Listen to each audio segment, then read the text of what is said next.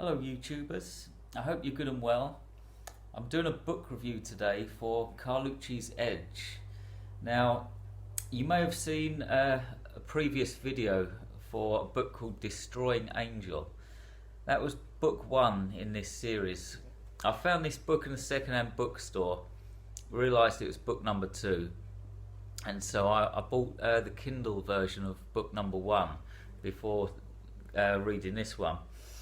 I wasn't actually that impressed with book number one. I found the book to be quite amateurish, a bit flat.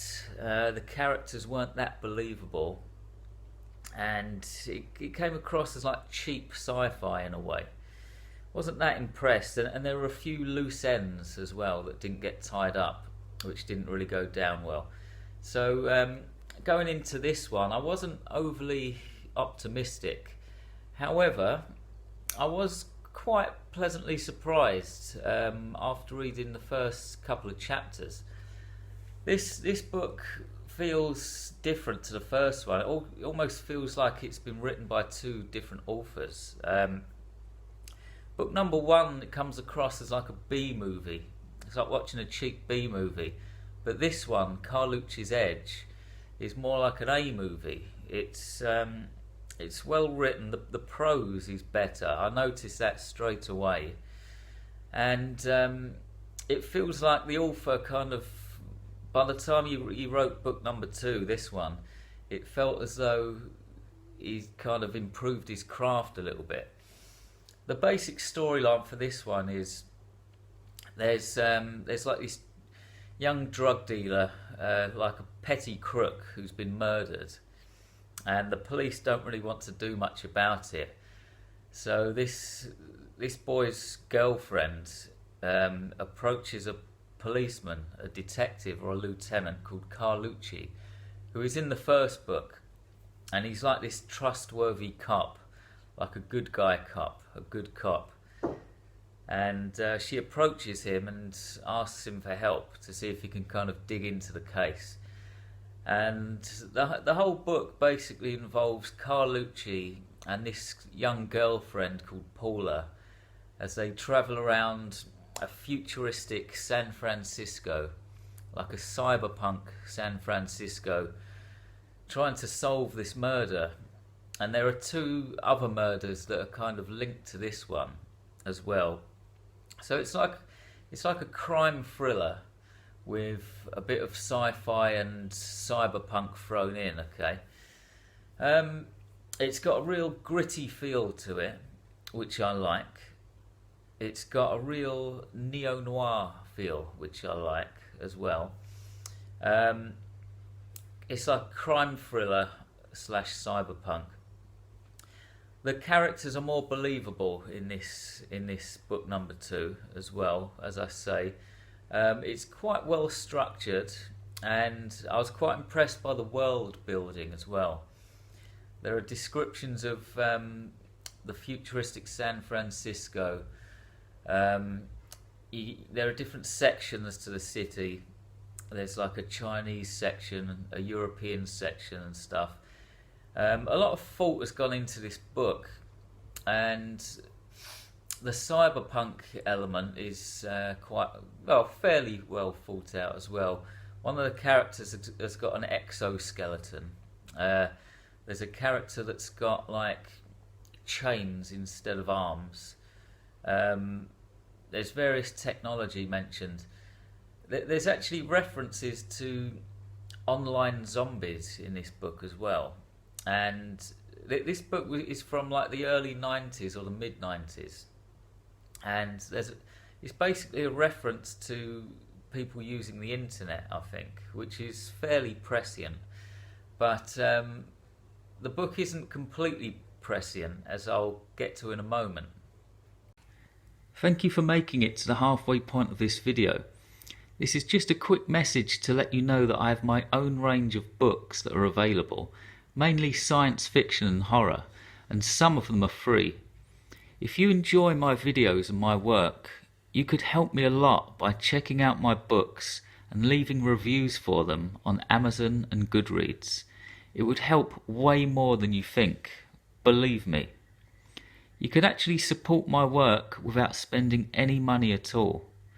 A review for one of my free books would easily suffice. The links for my books are below. Thank you. Now back to the video. Despite all of the positives that I've just mentioned, I'm kind of left unsatisfied with this book. Sure, it's got the cyberpunk elements that I like. It's got the world building. It's got like the dark neo-noir tone, which I love. But I think it lacks something. I really do. The story could be described as one long, slow build-up where you don't really know what's going on.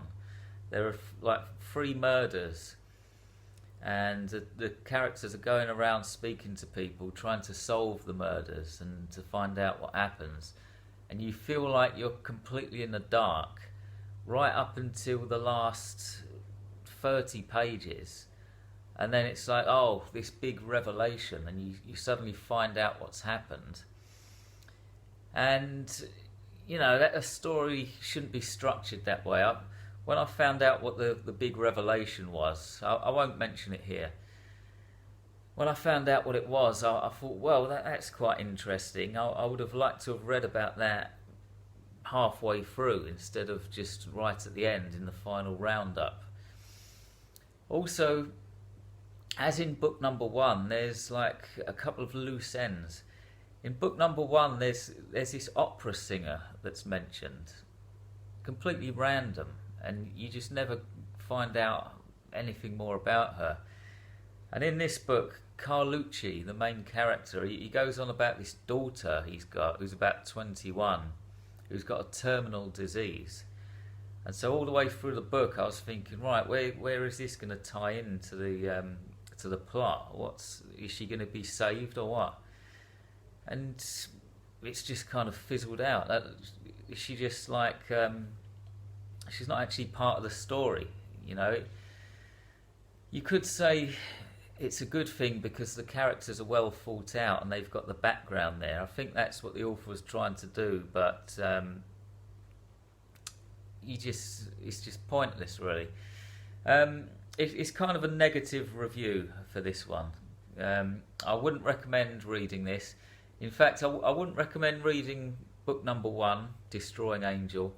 I wouldn't recommend reading book number 2, Carlucci's Edge, and I'm certainly not going to read book number 3 after this.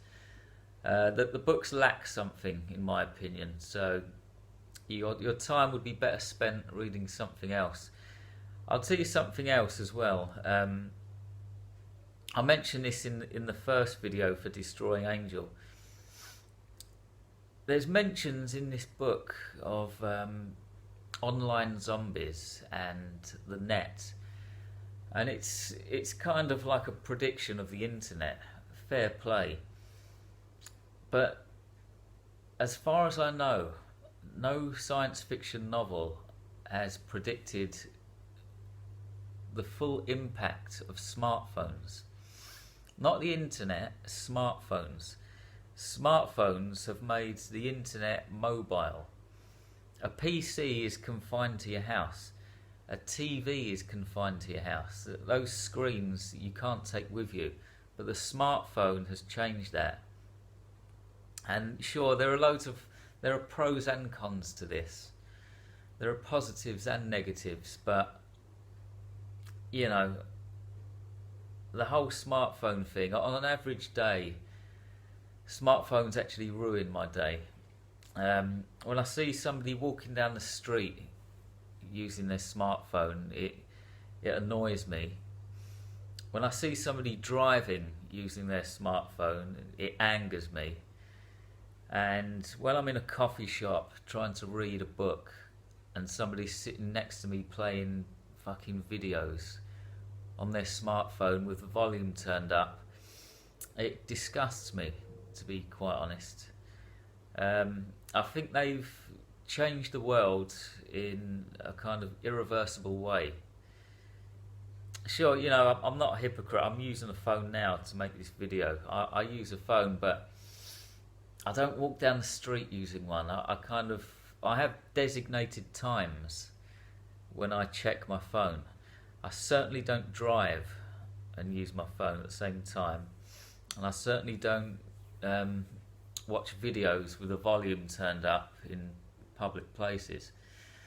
The point I'm trying to make here is no science fiction writer from the 1980s or the 1990s predicted this. Not that I know of. Maybe there is a book out there where the author did predict it, but I certainly haven't read one. Yeah, in this book as well, there are references. This is set in probably like 2050 or like mid 21st century, and there are references to like cassette tapes and CDs, and the characters have got like landline phones, and there are phone boxes on the street as well. So they failed to predict the whole smartphone revolution. So the book is not that prescient. But anyway, that's it. Carlucci's Edge, book number 2. It's a negative review.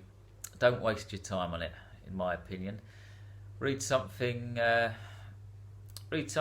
that's got more of a point to it. Okay? Thanks very much for watching. I'll be back in 2 weeks with another book review. In the meantime, try to have a good day on this mystifying, peculiar, cyberpunk rock we call Earth. Goodbye.